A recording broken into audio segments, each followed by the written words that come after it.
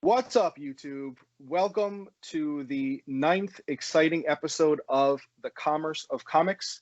Trying a little something different this time. As you can see, we've got no microphones here. We've got the AirPods in full effect, and I actually have my dog next to me, so I will apologize in advance if he makes an impromptu cameo appearance.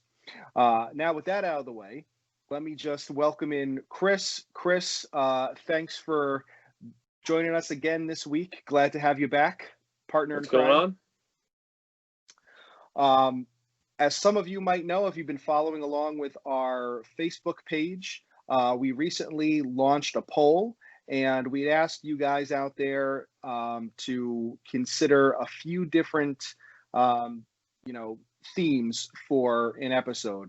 And some of the choices were Superman, Batman, Ninja Turtles. One of them was Symbiotes. And with there being a three-way tie, I, as the maker of the page, took the liberty to choose which one to do this week. And with a little suggestion from Chris, a little nudging from Chris, we went with Symbiotes. So Chris and I are going to talk to you about all things Symbiotes for this episode. Now, we also said that this was going to actually not happen until early 2021, but surprise, a little bit of good news to end 2020 on. We've got this. A couple other general announcements before we get into it.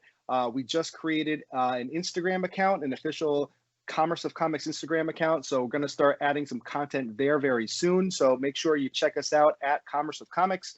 We also now, as of yesterday, have live an official Commerce of Comics email account. So we are commerceofcomics@yahoo.com. Please reach out to us. Send us your comments, what you like, what you don't like. Actually, if you don't like it, then, maybe not send that. But in all joking aside, we do want your criticism. We want your feedback. We want to know how to make this more interesting for you all. We enjoy doing it. We want to keep doing it. And if others of you out there are other hosts and, would like to be on our show as a guest, we'd love to have you. So please email us, reach out to us. We'd love to collaborate with you. So with that out of the way, let's get right down to it, Chris. Let's start off with some symbiote news. So Disney Plus just recently, about a week ago, announced that they got some things on the horizon for the Star Wars, the Marvel Universe. Hopefully that's going to include some stuff that hasn't been touched yet in the Spider-Verse or Venomverse and in other symbiotes. We've got Venom 2 that got pushed back into 2021, which is almost here. So a lot of speculation circulating. We've got the Venom Beyond story arc that went 5 issues. That just ended recently with Venom issue number 30. And now we've got the King in Black event here that just started. So there's a lot of stuff going on. That's why we felt that symbiotes would be very topical and relevant for right now. So, Chris, take it away. Right. What you got? So, and on top of all that, we had the Disney investors meeting. So, and they dropped on us, Christian Bale is going to be Gore the God Butcher. So, in Thor, Love and Thunder, and that's coming out, was it 22 or 21 at this point? 22, I believe. God willing. So, basically, we have all this, it seems just all tie-in. So, it seems like, to me, I think that Disney's going to jump on this Donny Cates wagon at some point. I mean, who knows? We might have 10 more years on King in Black and these kind of things, and might as well try to get ahead of the curve. So, with that, we all know the big bucks, right? That's coming out. So, I got one here, right? This is Gore the God Butcher, first appearance. You could grab this one, kind of in the dollar bins, I guess, like a year or two ago. Now it's obviously hit. We have this one. We got, Knull is coming. He's here. That's it. So, these are the big books everyone pretty much knows about. You have, what else we got here?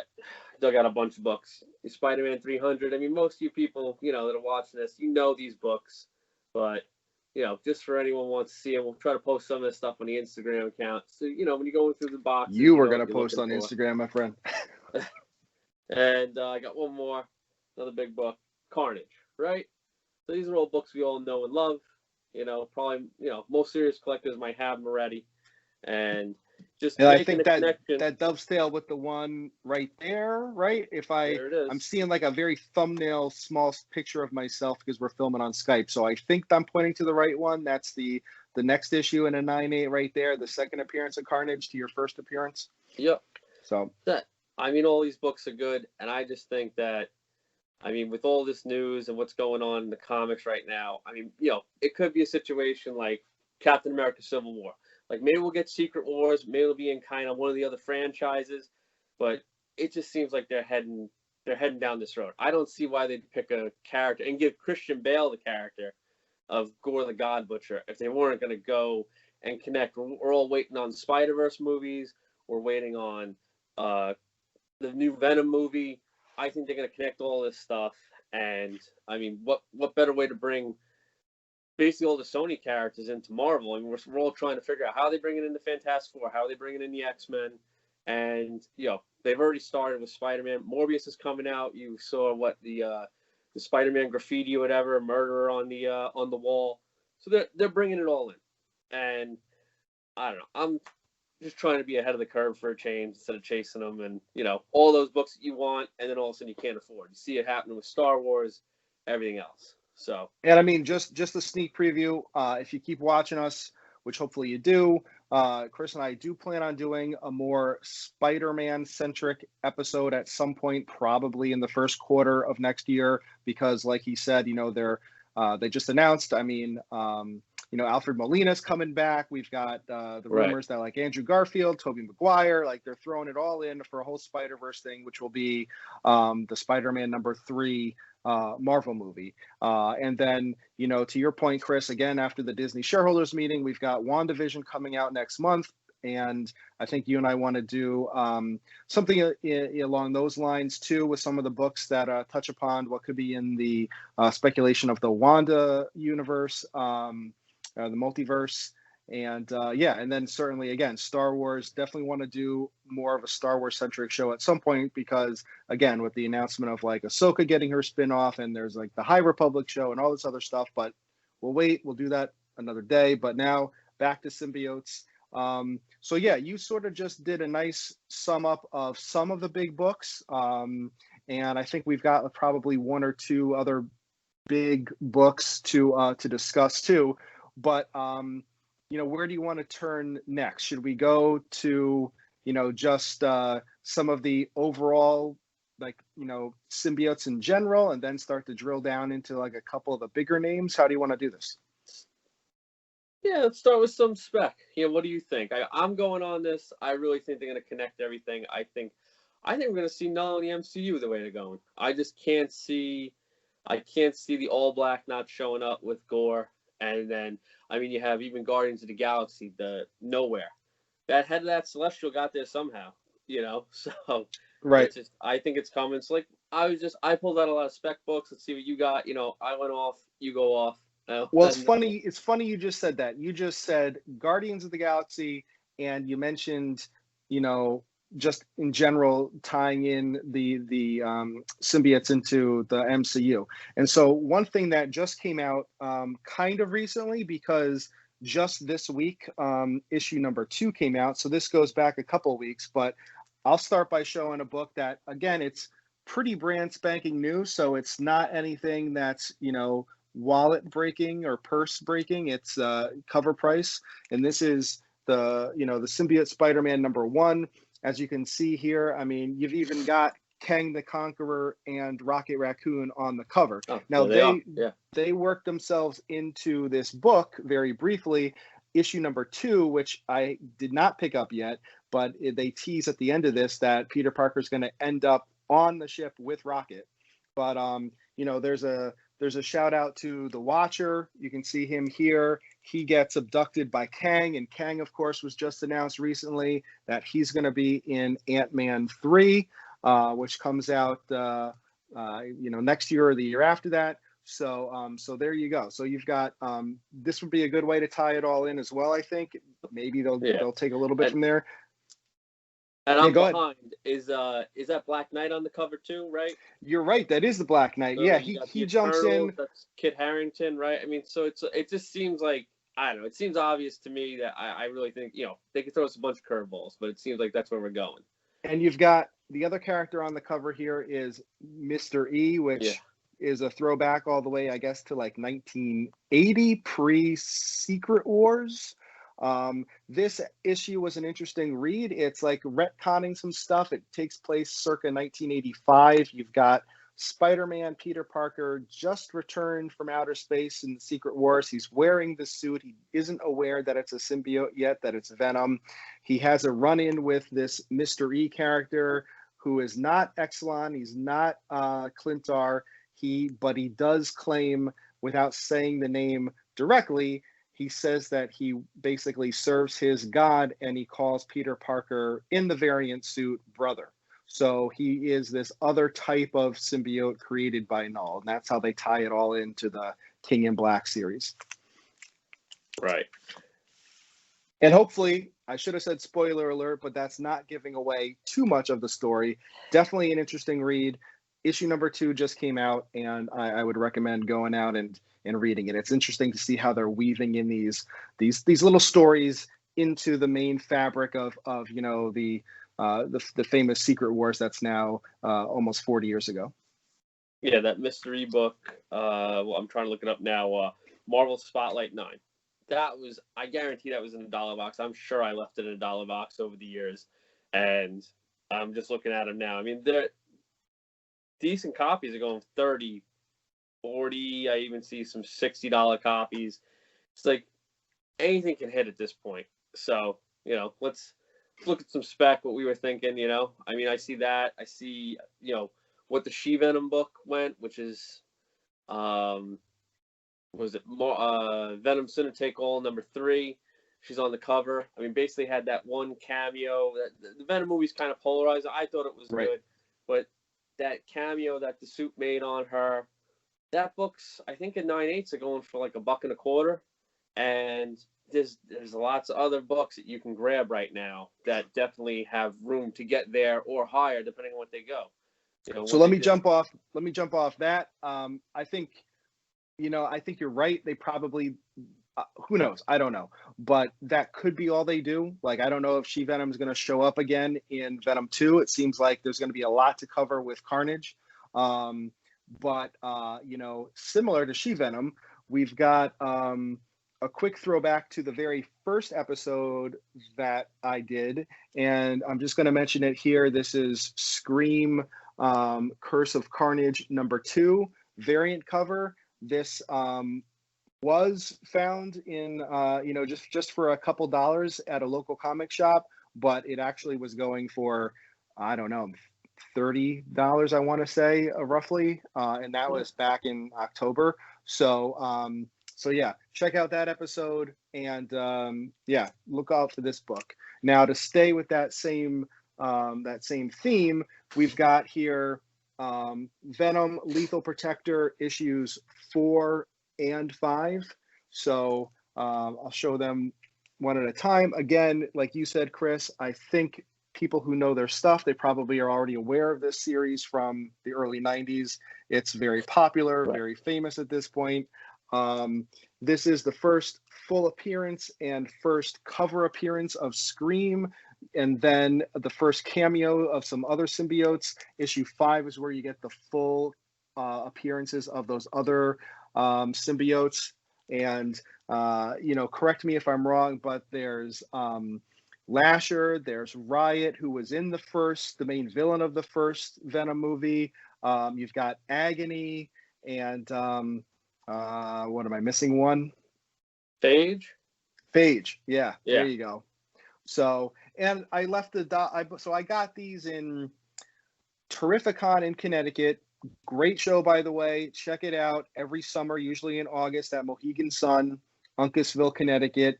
I think it was the 2018 show that I got both of these books. I'd have to say that they're definitely somewhere in like a 9.2, 9.4 range. And at the time, I paid $25 for issue 4 and $20 for issue 5.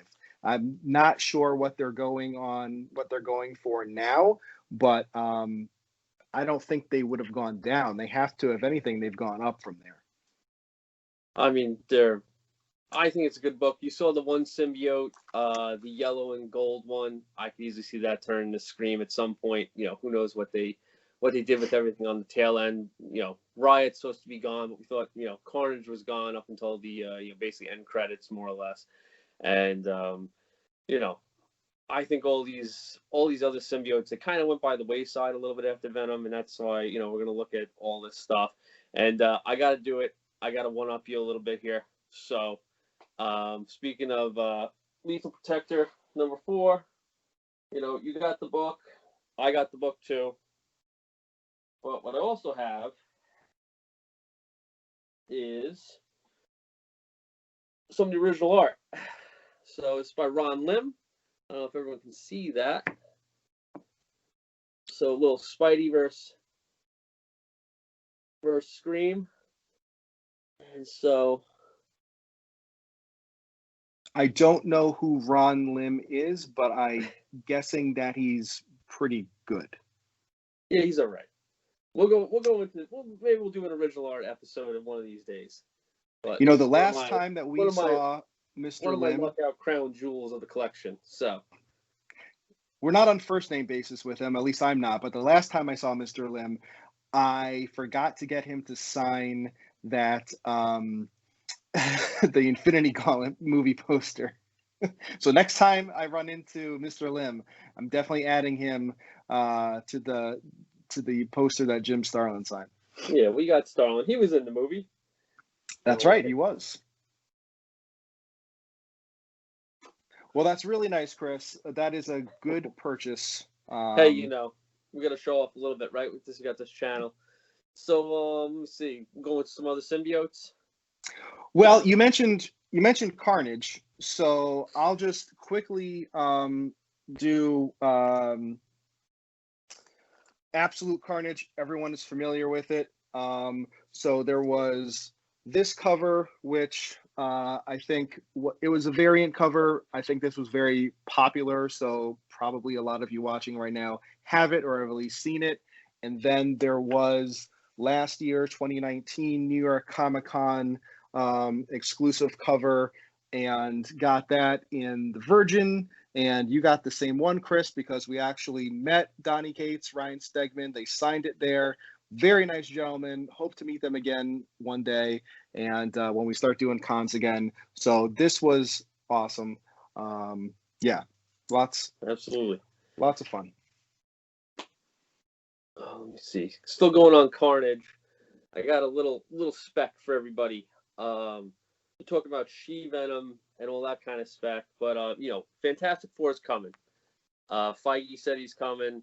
With that, I think we're getting Galactus. We're going to get Silver Surfer, and some good books to look for are this is the first appearance of Cosmic Carnage.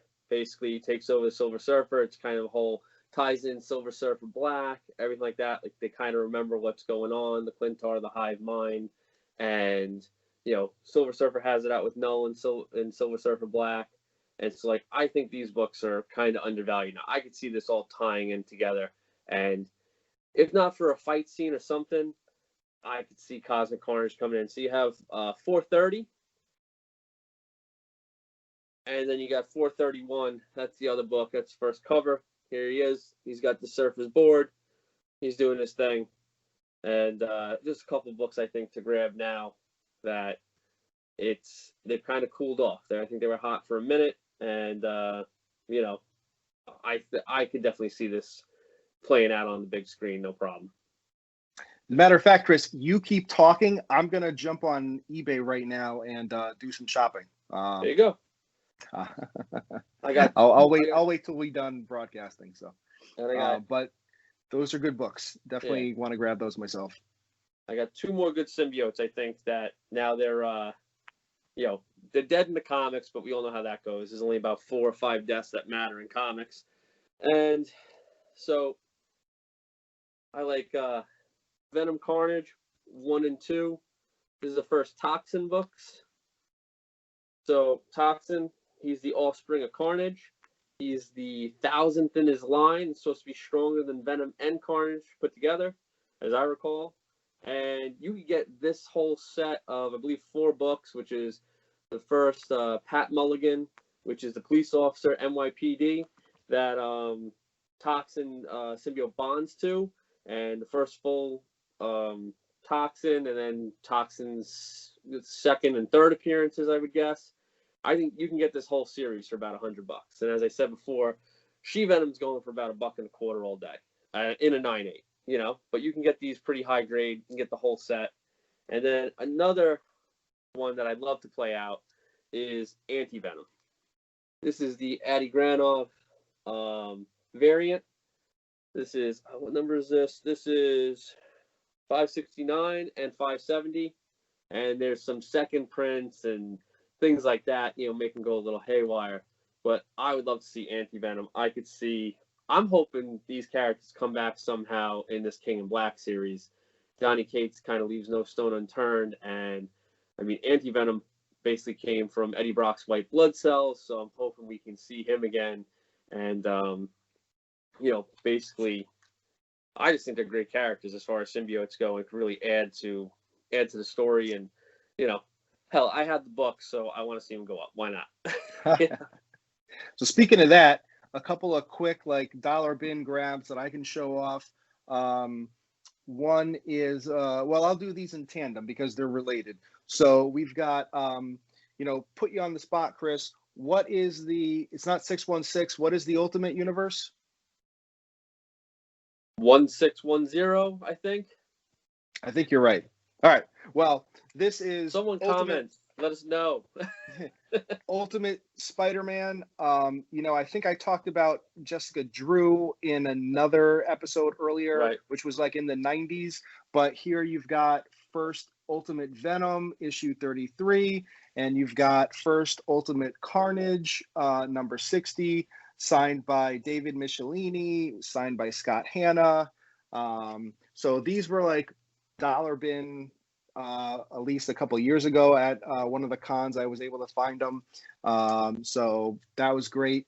And then I'll do one more and then turn it back over to you. This was a dollar bin, still currently a dollar bin because I just picked this up in September.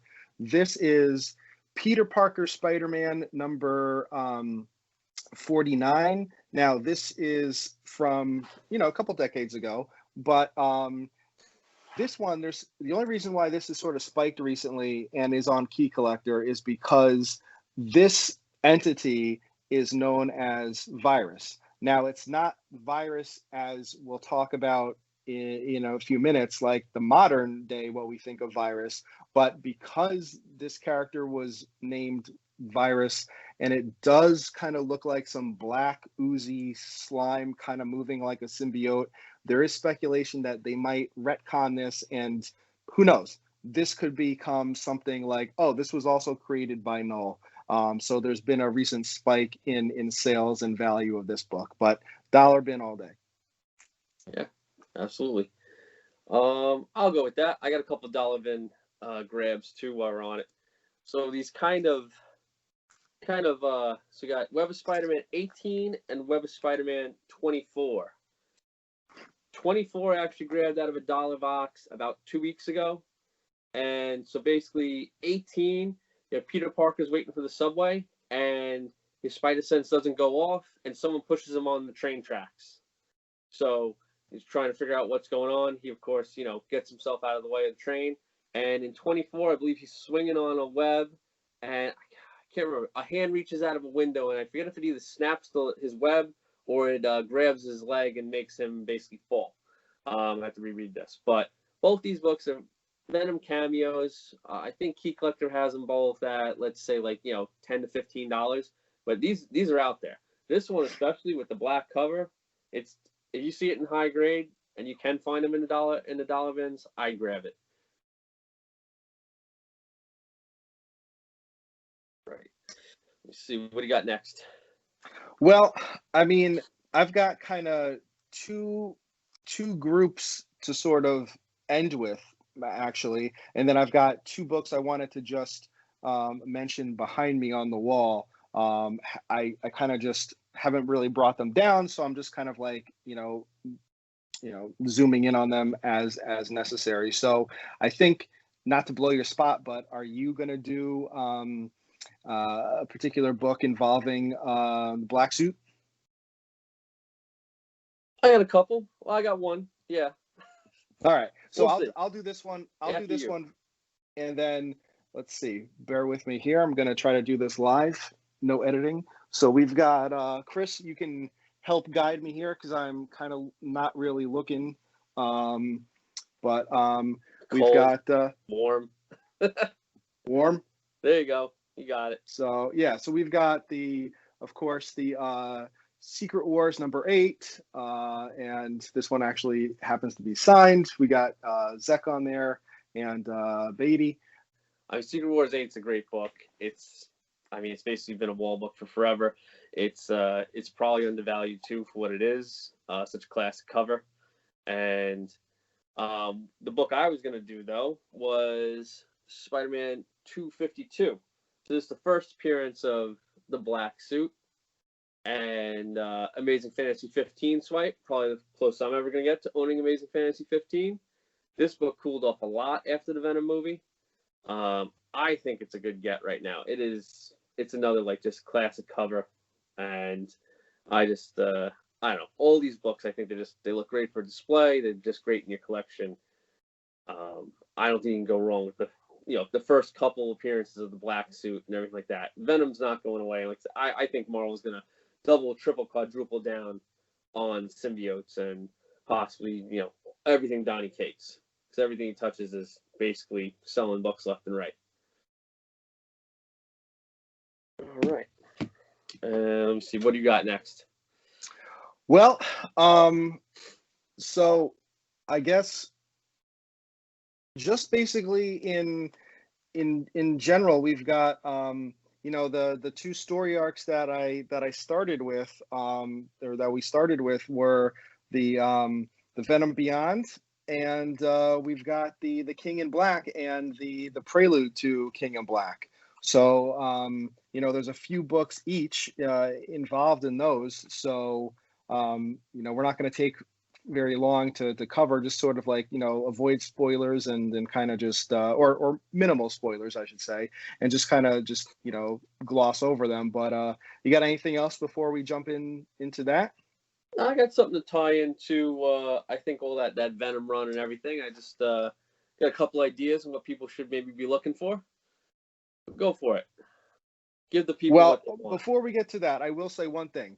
Right there behind me, I'm kind of saving it because it ties into this episode, but I love me some Gwen Stacy and some Spider-Gwen and Gwenom. So obviously got the pop right here. But there's first Gwenom up there on the wall, the J. Scott variant cover. So just shout out to that, but I will bring that out and do more on that specifically with a Gwen Stacy theme episode in the future. So that's kind of it. And without further ado, do a little Venom Beyond. Sounds good. All right. So we've got Venom Beyond. It's been kind of ridiculously popular. Started months ago. I mean, I've got I think this is this was only a key issue because it's I believe it's Stegman that did the cover here, but it's this was third printing, and it's good when the third printing is still a key issue just based on the variant cover alone. So this was issue number 25. This was the right before the arc started, the story arc started. Then we've got issue number 26, which is the first cameo of Virus. Right, Chris? Right. And then let's count that free comic book day issue, but this COVID screwed up the schedule and everything. I think that is now considered the first appearance. And then we've got, what was it, 27. And again, I have a variant. I went with this one because I think it's a cool variant cover. Again, Stegman to the rescue. And this would be first Codex. Yep, sounds good. It's hard to keep up. I forget how many variants and store variants there are for all these issues. And there's a ton. There's absolutely a ton. Yeah. And then just really quickly, I'll just throw up this one. You've got the identities of Virus and Codex are revealed. You've got issue number 28 here, the part 3 of Venom Beyond. And then skipping 29 because I know we're kind of want to stay close to a half hour and we're already running over that or close to it. And then just it wraps up in Venom number 30. So you've got Venom Beyond part 5 and basically all things revealed. You got well, I don't know, Chris, should, assuming people already know, basically it's like, say spoiler alert. Spoiler alert. Maybe we'll do something in post-production, like add a little flashing something. But Dylan Brock, Eddie Brock's son, is Codex in an alternate universe. Right. And dun. And that kind of leads right into say what you're going to say, but then that obviously leads into the King in Black story as well. Right. So my whole thing with this theory that, we're going to get King in Black maybe on the big screen, and you see the price of Venom 3 we had before. I think in 9/8's going for, I think it's $600, right? So he's the villain. The way comics work out, generally, I don't think he's going to die, whatever. He might come back later. You have in DC, like the Batman Who Laughs kind of, same deal with Teen Titans 12. Cooled off. Now it's hot again, things like that. But in this case, for this story arc, we have Dylan Brock. No one is really going crazy for Dylan Brock. And I just don't understand it. Because to me, with all these books, you invest in heroes. You invest in, the protagonist. And so I got here, we have Venom 7 and Venom 9. So 7 is his first cameo appearance, and there's a couple of variant covers for this, and 9 is the first full. So, yeah, 3 has a cooler cover, I would say, but it's just, these books are going, I think 9/8 of these are going for a third to a half the price of what Knull is going for right now. So I just think it just makes sense to buy, and you get both these books, what you get a Knull book for, and just the way comics work. I think it was like Stan Lee said something effective. You can do whatever you want as long as you basically bring it back to where the story was. Basically make like a time loop, And so, the heroes always last longer. And we haven't even tapped into, nobody knows what Dylan can do. No one knows anything. And I think Cates is not just going to let this character he created just die on the vine. He hasn't. He's going back into Marvel history for everything. And my money's on Dylan. I would invest in Dylan. These books are out there. Sometimes you can even find them, not in the dollar bins or anything crazy, but you can find them basically in good shape for like $20-$25. So that's my pick for this, is invest in Dylan. There you have it, folks. That's it. You heard it here first. Invest in Dylan. Get you some Dylan Brock, who's featured in Dovetails, really, the King in Black issue number 1. He's in the beginning with his dad. He's, Knull is very interested in him at the end of the first issue. And of course, just, for posterity purposes, issue number 2 has not dropped yet as of the date of this recording, but there is definitely some tie-ins to the King in Black story arc that have now been featured. Like just this week, there's Immortal Hulk, I think, King in Black. Yeah, there's a lot, but yeah, and there's a lot. Like Namor's going to have one or two ish, yeah. So it goes on and on. And I'll just mention really quick. We've got two that were kind of the prelude to King in Black. We've got Web of Venom Wraith #1, and we've got Web of Venom Empire's End #1. And yeah, I mean, won't go into too much detail. One is one's obviously it's talking about Wraith. In this one, you've got sort of like a backstory involving Talos, and it's sort of like a distress call set out, and he sort of is the sole survivor of the ship after the Klyntars have attacked, and he comes face to face with Knull, escapes barely with his life, and it's sort of like kind of reminded me of the opening of Infinity War, where they send Hulk back from the ship to Bleecker Street and Sanctum Sanctorum, and then it's kind of like he's coming. That's kind of exactly how this ends. I don't know if I literally just made that connection right now, like on the spot. I'm wondering if anyone else out there comment if you are watching this far into this episode, and if you made that connection. It's kind of like Talos is like he's coming, and it's no, he's on his way.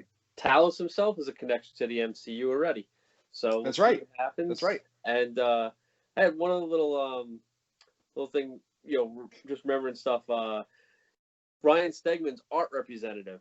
They were, everyone's waiting for the King in Black issues to drop and try to have a chance at getting one of these pages, and a lot of his issues actually from the Venom run have sold in just whole to one collector. And they said that right now the plan is some motivated individual with deeper pockets than any of us has bought the first issue complete. He plans on buying every issue of the King in Black complete, and he's trying to put together some museum somewhere in the United States, as I understand it, with Stegman's art, I guess, as some sort of centerpiece. So, I mean, people think this is going to be, it seems like Marvel history unfolding before our eyes, and, you never know what's going to stick, but I mean, I always like, Civil War got me back into comics. I think it's, it's a really good story. I know they've retconned it. They've done things. So it's like one of those stories that's going to stand. And it's, and it's relatively new. We're not talking, the first appearance of the Fantastic Four, X-Men, like some of those, curvy Stan Lee things. It's, some of these more modern stories, something like the Chris Claremont run, it's, things are going to stand the test of time. I think people are really think that this is going to be it. And this is going to be, history for the next, 50, 60 years. I mean, however long, what's Marvel been around for now, Right. So it's just going to keep on. So. Well, I mean, yeah, we've only been around, been watching haul videos. Other guys out there have been doing this a lot longer than we have.